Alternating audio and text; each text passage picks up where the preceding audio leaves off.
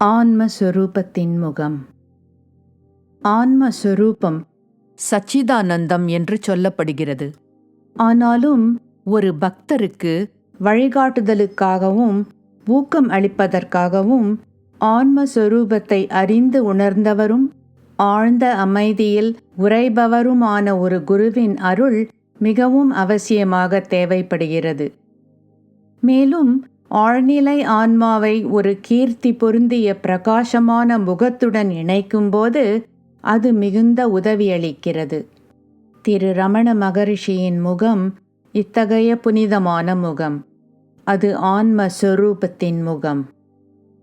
கடவுள், குரு, ஆன்மா இவைகளுக்குள் ஒரு வித்தியாசமும் கிடையாது என்று ரமண மகரிஷி பலமுறை சொல்லியிருக்கிறார்.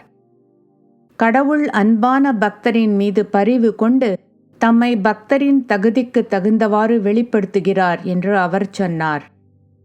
கடவுள் ஒரு குருவின் ரூபத்தை எடுத்துக்கொண்டு பக்தருக்கு தோன்றுவதாகவும், மனதை உட்புறம் திருப்ப வெளிப்புறத்திலிருந்து தள்ளியும், உட்புறத்திலிருந்து மனதை ஆன்மாவின் புறத்தில் இழுத்தும் மனம் அமைதி அடைய உதவுகிறார் என்று மகரிஷி விளக்கினார். அதோடு கடவுள் குருவின் வடிவில் பக்தர்கள் தங்கள் நடைமுறைகளின் குறைகளை அறிய உதவுகிறார். மேலும் அவர்கள் தம் ஆன்மஸ்வரூபத்தை அறியும் வரை அவர்களை சரியான பாதையில் செல்ல வழிகாட்டுகிறார் என்றும் மகரிஷி தெரிவித்தார். எனவே மாபெரும் குருவானவர் உள்ளுக்குள் உறைவதுடன் வெளிப்புறமும் தோன்றி அறியாமையை அகற்றவும், மாய உலகுடன் உள்ள பிணைப்பிலிருந்து முக்தி தரவும், ஆழ்ந்த அமைதி கொண்ட ஆன்மஸ்வரூபத்தை உணரவும் நமக்கு அளவில்லா உதவியும் தீவிரமான வழிகாட்டுதலும் தந்து அருள் பொழிகிறார். பகவான் திரு ரமண மகரிஷி இத்தகைய கருணையான அன்பான குருவும் ஆசானும் ஆவார். எனவே அவரது முகம் ஆன்மஸ்வரூபத்தின் முகம். ரமண மகரிஷியின் புகழ்வாய்ந்த பக்தர் திரு பால் பிரண்டன் ரமண மகரிஷியை பற்றியும் அவரது கூர்ந்த நோக்கை பற்றியும் அவரிடமிருந்து வந்த சக்தி வாய்ந்த ஆழ்ந்த உணர்வுகளை பற்றியும் தமது அனுபவங்களையும் உணர்ச்சிகளையும் எழுதியுள்ளார். இரகசிய இந்தியாவில் தேடுதல் என்ற அவரது நூலில் அவர் எழுதிய சொற்கள் ரமண மகரிஷி அவர் மீது ஏற்படுத்திய அதிசயமானதும் அமைதி தருவதும் வாழ்க்கையையே மாற்றும் விதமான விளைவுகளை தெளிவாக்குகின்றன. இதுவரை அவர் சந்தித்த எல்லா ஆன்மீக ஆசான்களிலும் திரு ரமண மகரிஷி எப்படி தனித்து நின்றார் என்பதை பற்றி அவர் எழுதியதிலிருந்து சில பகுதிகளை மட்டும் இங்கு வழங்க விரும்புகிறேன். திரு பால் பிரண்டன் பின்வருமாறு எழுதுகிறார். சில நாட்களுக்குள் எனது கப்பல் ஐரோப்பாவிற்கு கிளம்பிவிடும். கப்பலில் ஏறியதும் தத்துவத்திற்கு விடை கொடுப்பேன். என்னுடைய கிழக்கு திசையின் விசாரணையை கும்மிருட்டென்னும் தண்ணீரில் தூக்கி எறிந்து விடுவேன். ஆனால் என் மனக்குரல் அதனிடமிருந்து தப்ப முடியாமல் என்னை விடாப்பிடியாக தொல்லைப்படுத்துகிறது. முட்டாளே என்று மனக்குரல் இகழ்ச்சியுடன் என்னிடம் வீசுகிறது. இதுதான் உன்னுடைய வருஷக்கணக்கான விசாரணைக்கும் பேரார்வத்திற்கும் கிடைக்கும் காலியான விளைவா? நீயும் மற்ற மனிதரைப் போல கற்றதையெல்லாம் மறந்துவிட்டு உன்னுடைய நல் உணர்வுகளையெல்லாம் ஆழ்ந்த தாண்மை அகங்காரத்திலும் சிற்றின்பத்திலும் மூழ்கடிக்கப் போகிறாயா? நான் தோல்வியினால் ஏற்பட்ட திக்கற்ற நிலையை வாதித்து இந்த கருணையற்ற உள்முக குரலிடம் என்னை பாதுகாத்து கொள்ள விழைகிறேன். குரல் பதிலளிக்கிறது. நீ இந்தியாவில் இதுவரை சந்தித்த மனிதர்களில் யாருமே நீ நாடும் ஆசானாக இருக்க முடியாது என்று உனக்கு உறுதியாக தெரியுமா?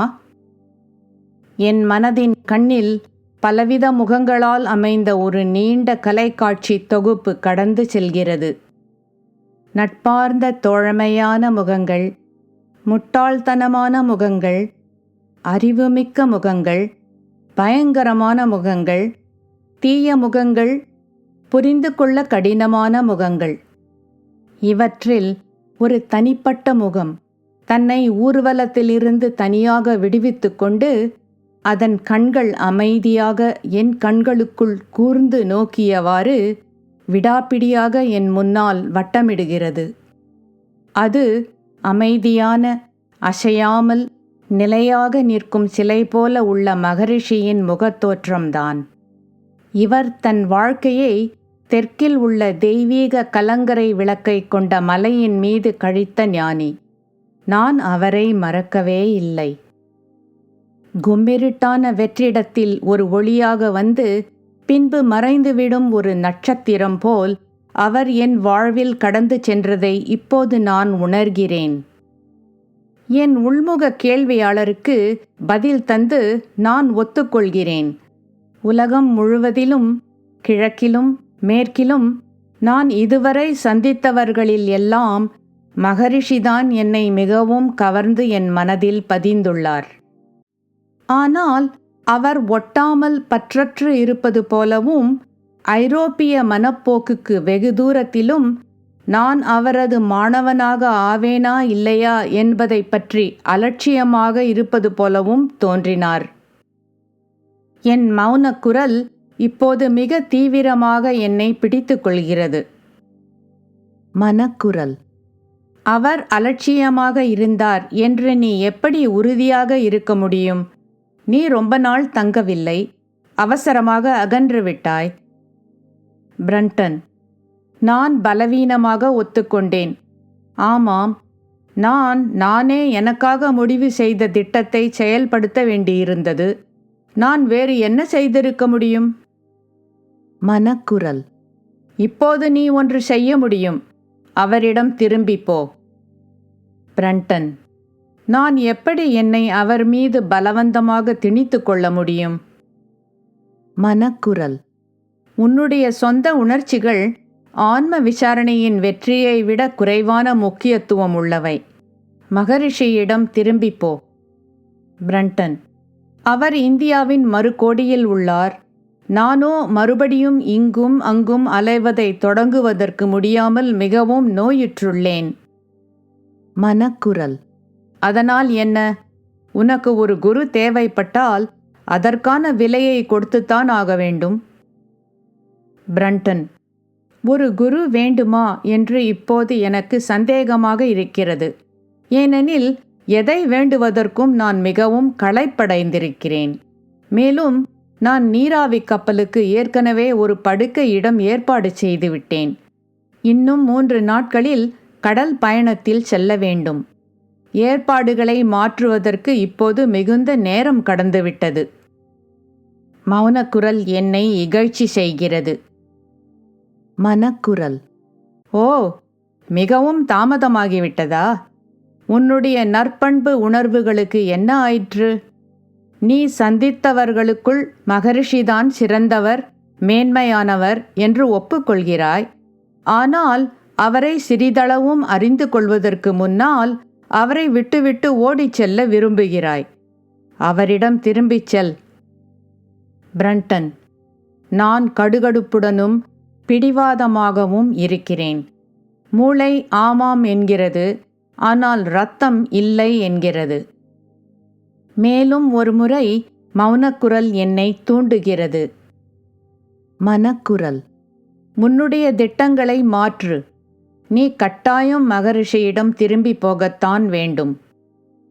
பிரண்டன்: பிறகு என்னுள் ஆழத்திலிருந்து ஏதோ ஒன்று பொங்கி எழுகிறது. அது விவரிக்க முடியாத மௌனக்குரலின் கட்டளையை உடனே பின்பற்றும்படி அதிகாரப்பூர்வமாக ஆணையிடுகிறது. அது என்னை மூழ்கடிக்கிறது. என்னுடைய பலவீனமான உடலின் அறிவு சார்ந்த ஆட்சேபனைகளையும் எதிர்ப்புகளையும் அது மிகவும் பலமாக ஆட்கொள்வதால் நான் அதன் கையில் ஒரு குழந்தை போல ஆகிறேன். திடீரென்று எழுந்த இந்த ஆட்கொள்ளும் அவசர சக்தி இப்படி இந்த கணமே மகரிஷியிடம் திரும்பும்படி விண்ணப்பித்து கொண்டிருந்த போதெல்லாம் நான் அவருடைய கவர்ந்திழுக்கும் தவிர்க்க முடியாத கண்கள் என்னை அழைப்பதை மிக தெளிவாக பார்க்கிறேன். அதற்கு பிறகு உட்புறக் குரலுடன் எல்லா வாதங்களையும் நிறுத்துகிறேன். ஏனெனில் அதன் கையில் நான் இப்போது உதவியற்று இருப்பதை அறிகிறேன். நான் உடனே மகரிஷியிடம் செல்ல பிரயாணம் செய்வேன். அவர் என்னை ஏற்றுக்கொண்டால் அவரது பாதுகாப்பில் போஷணையில் என்னை அடைக்கலம் செய்து ஒப்படைத்துக் கொள்வேன். அவருடைய ஜொலிக்கும் நட்சத்திரத்தில் எனது வண்டியை இணைத்துக் கொள்வேன். பகடையை எரிந்தாகிவிட்டது.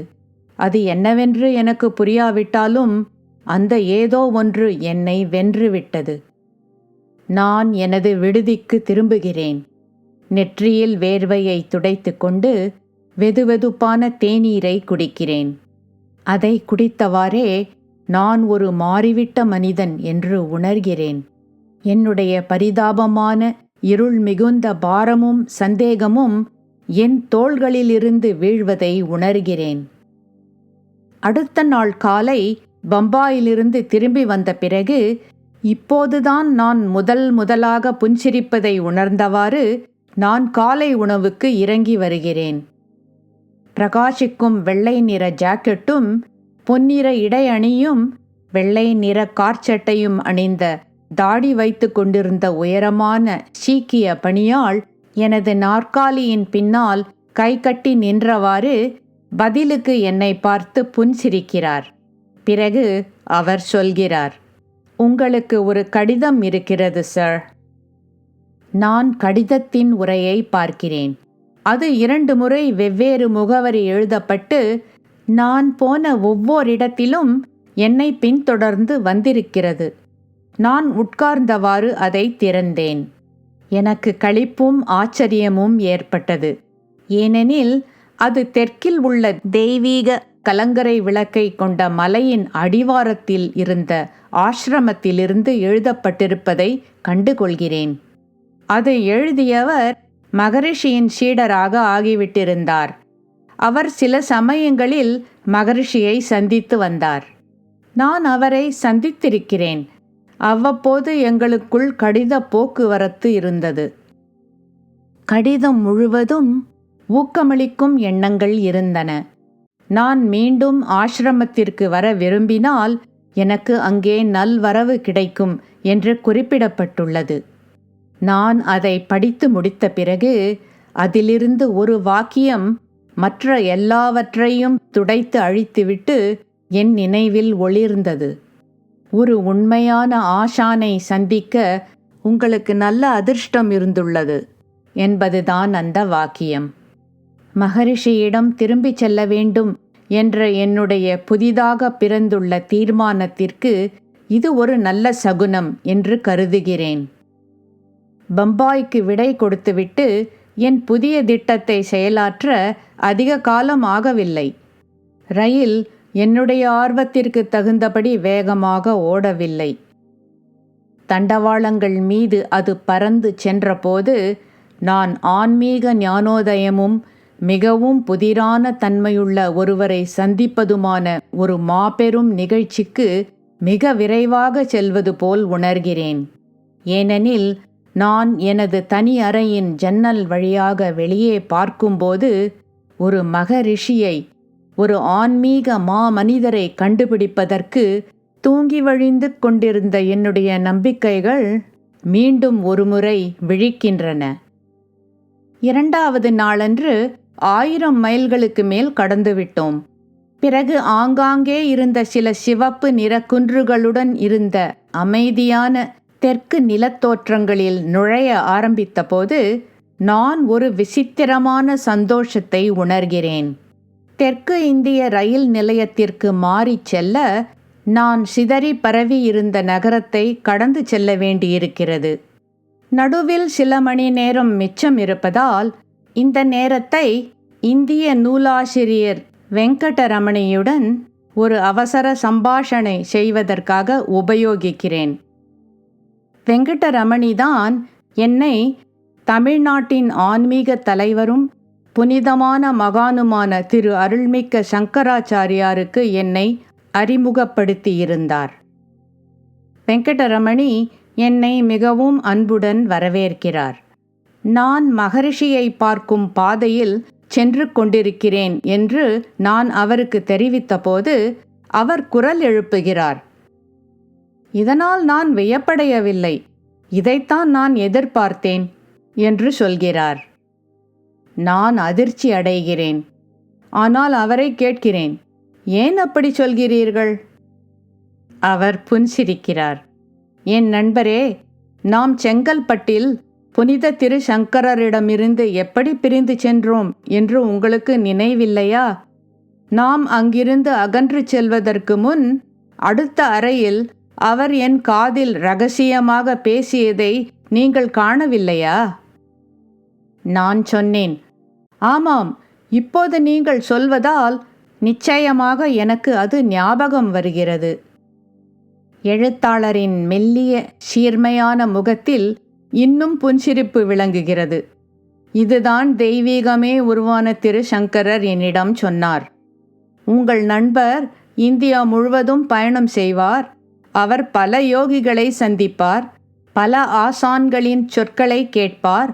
ஆனால் முடிவில் அவர் மகரிஷியிடம்தான் திரும்ப வேண்டியிருக்கும். ஏனெனில் அவருக்கு மகரிஷிதான் சரியான ஆசான்.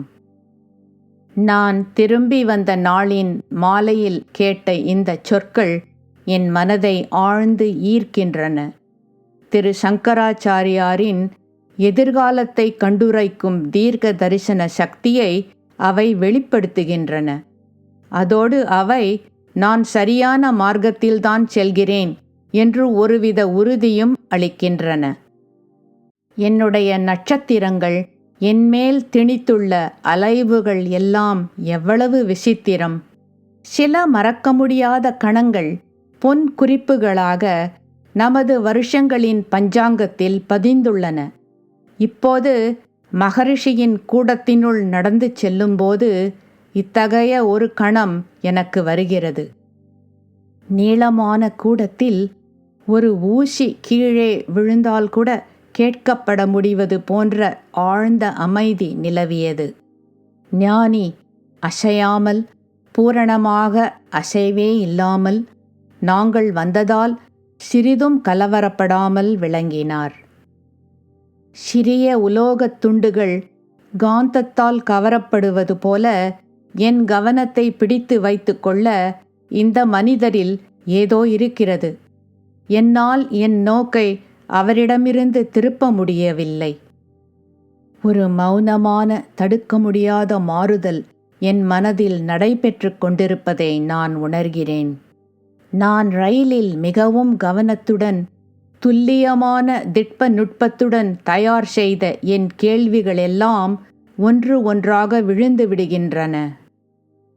எனக்கு அருகில் ஒரு நிலையான மௌன நதி ஓடுவதையும், ஒரு பெரும் அமைதி என் ஆழ்ந்த மனதுள் ஊடுருவி பாய்ந்து செல்வதையும், எண்ணங்களால் வதைக்கப்பட்ட என் மூளையில் கொஞ்சம் ஓய்வு தோன்றுவதையும் மட்டுமே அறிகிறேன். சீராக, சிறிது சிறிதாக அதிகரித்தவாறு ஆழ்ந்து செல்லும் அமைதியிடம் நான் சரணடைகிறேன். 2 மணி நேரம் கடந்து செல்கிறது. நேரம் கடப்பது இப்போது எரிச்சல் தூண்டவில்லை. ஏனெனில் மனதால் உண்டாக்கப்பட்ட பிரச்சனைகளின் சங்கிலிகள் உடைக்கப்பட்டு வீசி எறியப்பட்டது போல உணர்கிறேன். இவ்வாறு பால் பிரண்டன் மகரிஷியின் முன்னிலையில் தமக்கு ஏற்பட்ட அனுபவங்களையும், அவரது அருள்மிகுந்த கூர்ந்த பார்வையினால் தமது மனதில் உண்டான விளைவுகளையும் பற்றி விவரிக்கிறார். இப்படிப்பட்டதுதான் ஆன்மஸ்வரூப முகத்தின் அழகு. ஒரு மனிதரின் ஜீவனுள் ஊடுருவிச் சென்று அதை அதன் எல்லா துயரங்களிலிருந்தும் விடுவித்து நிலையான, முடிவற்ற சச்சிதானந்தத்தில் உறைய வைக்கும் சிறப்பான, புகழ்வாய்ந்த கண்களை கொண்ட முகம். கீர்த்தி பொருந்திய, மேன்மை வாய்ந்த, ஒளிரும் பிரகாசமான முகம். இதுவே ஆன்மஸ்வரூபத்தின் முகம்.